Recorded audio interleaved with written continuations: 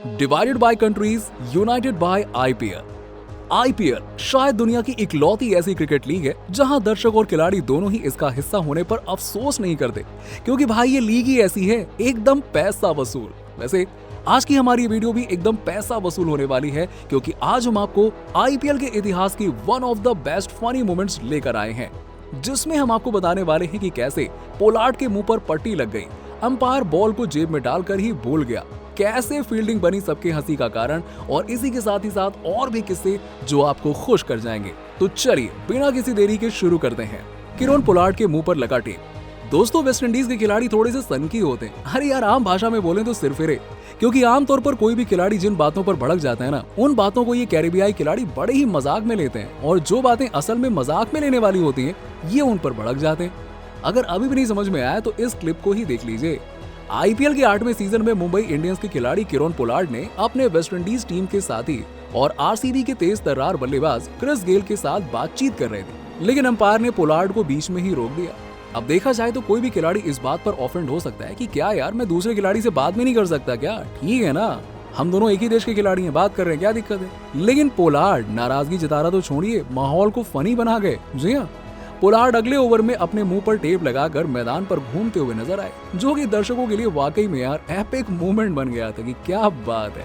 अरे भाई, कौन सी साइड हो? देखिए, पंजाब और हैदराबाद के बीच में खेले जा रहे मैच में जब विलियमसन ने शॉट मारा तो क्रिस गेल गेंद के पीछे भागे और गेंद को रोकने के चक्कर में गलती से उनसे चौका चला गया, जो देखने में यार काफी फनी लगा। अब इसको देखकर हर कोई यही बोलेगा ना, भाई पंजाब की साइड हो या फिर हैदराबाद की साइड, चल क्या रहा है?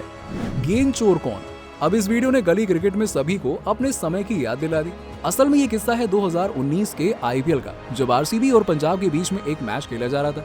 पंजाब के गेंदबाज अंकित राजपूत अपना ओवर फेंकने के लिए तैयार थे और उन्होंने अपने साथियों से गेंद को पास करने के लिए कहा।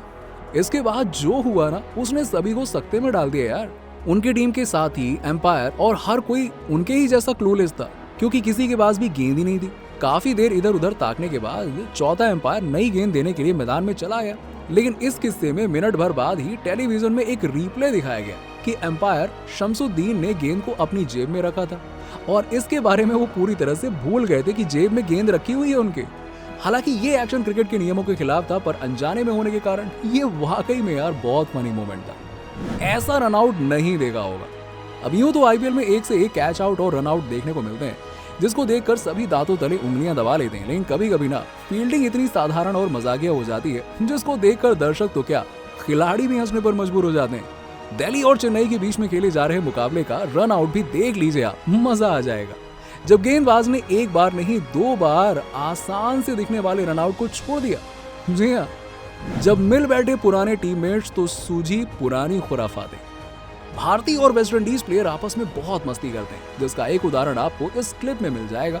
असल में ये किस्सा है आईपीएल 2015 में, जब दिल्ली डेयरडेविल्स और रॉयल चैलेंजर्स बेंगलुरु के बीच में मैच आमने सामने हो रहा था, लेकिन मौसम खराब होने के कारण मैच को रोकना पड़ा, और जैसे ही बारिश शुरू हुई सभी खिलाड़ी तेजी से पवेलियन की ओर चल पड़े। अब शांति से सभी अपने रास्ते पर चल रहे थे, लेकिन तभी दिल्ली के लिए खेल रहे खुराफाती खिलाड़ी युवराज सिंह लौटते समय दोस्ताना तरीके से क्रिस गेल को धक्का दे देते हैं, जिस पर क्रिस का रिएक्शन दर्शकों का दिल लूट ले गया। गेल ने युवराज की तरफ अपना बल्ला दिखाते हुए उन्हें मारने का इशारा किया। ऐसा लग रहा था कि क्रिस गेल किसी भी समय युवराज को मार ही देंगे। वैसे ये दोस्ताना इसलिए भी देखने लायक था क्योंकि एक समय गेल और युवी दोनों ही आरसीबी का हिस्सा रहे हैं। गिर जाऊंगा लेकिन छक्का जरूर मारूंगा। रविंद्र जडेजा एक जुझारू बल्लेबाज हैं, वो बड़े शॉट आसानी से लगा सकते हैं, ठीक उसी तरह जैसे उन्होंने एक मैच में राजस्थान रॉयल्स के खिलाफ अपने आखिरी ओवर में ये किया था, जब जडेजा का छक्का देखकर सभी दर्शक हैरान रह गए थे।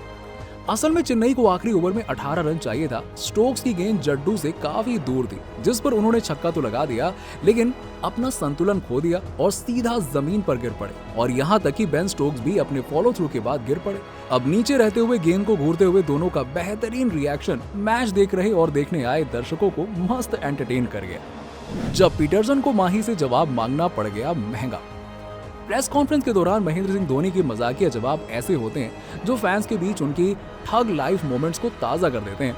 अब एक बार जब केविन पीटरसन ने मनोज तिवारी के जरिए महेंद्र सिंह धोनी को टीज करने का ट्राई किया, लेकिन अफसोस कि वो बुरी तरह से रोस्ट हो गए।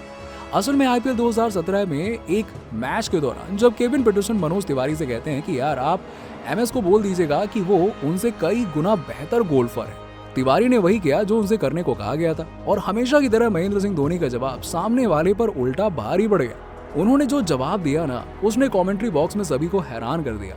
एमएस ने कहा कि केविन अभी भी मेरा पहला टेस्ट विकेट है। केविन के पास कहने के लिए कुछ भी नहीं था और एमएस के जवाब ने एक बार फिर से दर्शकों का दिल जीत लिया जब डीजे ब्रावो ने लिए पोलार्ड के मजे। असल में आईपीएल 2018 में ब्रावो चेन्नई सुपर किंग्स के लिए खेल रहे थे और पोलार्ड मुंबई इंडियंस का प्रतिनिधित्व कर रहे थे। एक मैच में ब्रावो ने पोलार्ड का अहम विकेट लेकर एमआई को झटका दे दिया था और पोलार्ड जब पवेलियन जा रहे थे तब ब्रावो उनके सामने आ गए और उन्हें चिढ़ाने लगे। पोलार्ड ने मुस्कुराते हुए कोई खास रिएक्शन नहीं दिया, लेकिन मैच के बाद दोनों इंटरव्यू के लिए साथ थे। ब्रावो वहां भी पोलार्ड के साथ नाच रहे थे और उन्हें चिढ़ा रहे थे। तभी उसी समय ब्रावो का most famous song DJ Bravo शुरू हो गया। ब्रावो का मूड हो गया सेट और उन्होंने अपने सिग्नेचर स्टेप्स करने शुरू कर दिए।